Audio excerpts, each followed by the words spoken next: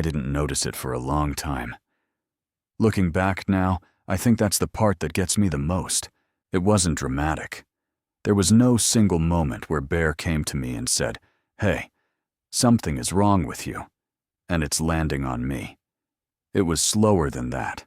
It was the kind of slow that you don't catch until you're sitting in your living room one Tuesday evening and you realize your dog doesn't run to greet you anymore when you come through the door. He used to. Every single day for 6 years, the moment my key hit the lock, he was there. Sliding on the hardwood, tail going, the full production. It was the best part of my day, honestly. Some days, it was the only good part. Then somewhere in the middle of what I'd describe as the worst year of my professional life, the tail stopped wagging at the door. He'd get up from wherever he was, walk over slowly, lean against my leg. But the energy was gone. I told myself he was just getting older. He was 7. That was my excuse. Here's the thing about stress. You think you're hiding it? You go through your routines. You feed the dog. You take him for walks. You do all the things you're supposed to do.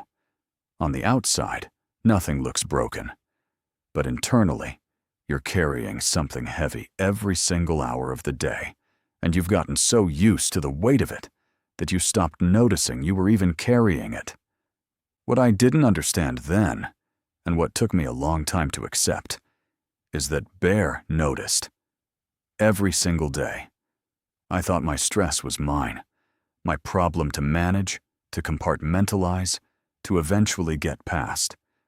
I had no idea that the whole time I was sitting across from him, stewing in cortisol and anxiety, he was absorbing every bit of it. Not metaphorically, chemically, biologically, in his actual body. In 2019, researchers at Linköping University in Sweden published a study in Scientific Reports that I think about a lot. They measured cortisol, the primary stress hormone, in the hair of 58 dogs and their owners over 2 separate seasons. Hair cortisol is important because it doesn't spike in moments. It builds. It reflects weeks and months of accumulated stress, not just a bad afternoon. What they found was striking. The stress levels of the dogs and their owners were synchronized, not similar, not loosely correlated. Synchronized. Owners who carried high long-term cortisol had dogs with high long-term cortisol. Owners who were calm had calmer dogs. The dogs were essentially wearing their owners' emotional lives in their own biology. Then in May 2025, just last year, a study published in Nature Scientific Reports went further. Researchers found that owner job stress directly crossed over into stress-related behavior in dogs. And critically, the link was strongest when owners came home still mentally at work, still replaying the meeting, still carrying the argument, still inside the problem, even though physically they'd walked through their front door. The dogs weren't reacting to what their owners said. They weren't reacting to tone of voice or body language alone. They were reacting to the invisible chemical atmosphere their owners brought home with them every single night. Your dog doesn't need you to say a word. He already knows. Once I knew what to look for, I saw it everywhere. The yawning.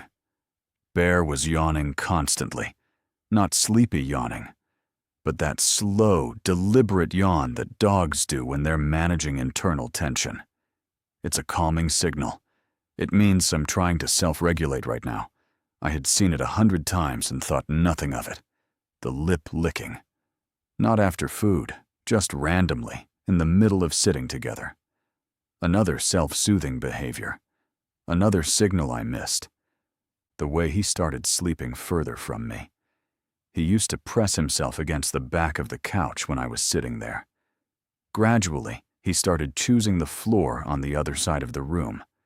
Not rejection. Distance. The kind of instinctive distance an animal puts between itself and a source of chronic stress. He wasn't leaving me. He was protecting himself. And I had been too inside my own head to notice the difference. The hardest part wasn't the science. The hardest part was understanding that he never asked for any of it. He didn't get a choice. Every morning when I woke up anxious, he woke up anxious. Every evening I came home carrying the weight of a job that was quietly crushing me. He carried it too. He couldn't put it down. He couldn't decide to take a walk, clear his head, come back fresh. He was just there, in the house, with all of it.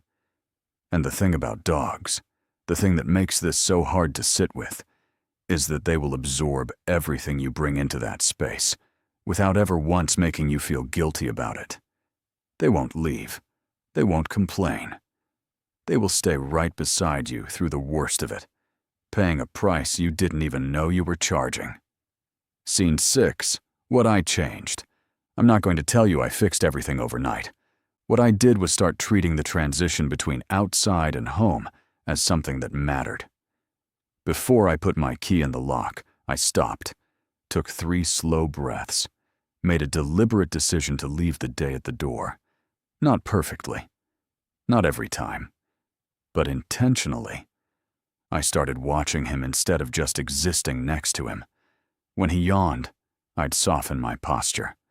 When he moved closer, I'd slow down. When he pressed his head into my hand, I stopped whatever I was doing and just stayed there for a minute. It sounds small. It changed things. Within a few weeks, the yawning started slowing down. He started sleeping closer again. And one evening, about a month in, I heard that sound again. Key in the lock, 4 paws on hardwood, tail going. Not every night, but enough. Your dog isn't just watching you. He is with you, in a way that goes deeper than the same room, the same house, the same routine. He is with you in his cortisol levels, in his nervous system, in the way he holds his body when you're nearby. He is taking on what you bring in, quietly, completely, and without condition. That's not a burden to feel guilty about. It's something to take seriously. The next time you walk through that door, still carrying the weight of the day, look at your dog first. Really look at him, because he's already looked at you. He already knows exactly what you brought home. The question is whether you're going to put it down. Bear is 8 now. He still slides on the hardwood sometimes when I come home. Not every day. But when he does, I know I did something right. I know I left the day where it belonged. I know I came home, actually came home, and not just physically walked through the door. He taught me that. Not with words. With a slow yawn in an empty room, with a few inches of space on the couch, with a tail that went quiet when I wasn't paying attention. I was paying attention now. If your dog has been quieter lately, sleeping further away, yawning more than usual, less excited when you walk in, I want you to think about what the last few months have looked like for you, not for him. Drop a comment. Tell me what you noticed, because I think a lot of us are carrying more than we realize. And we've got a dog at home carrying it right alongside us.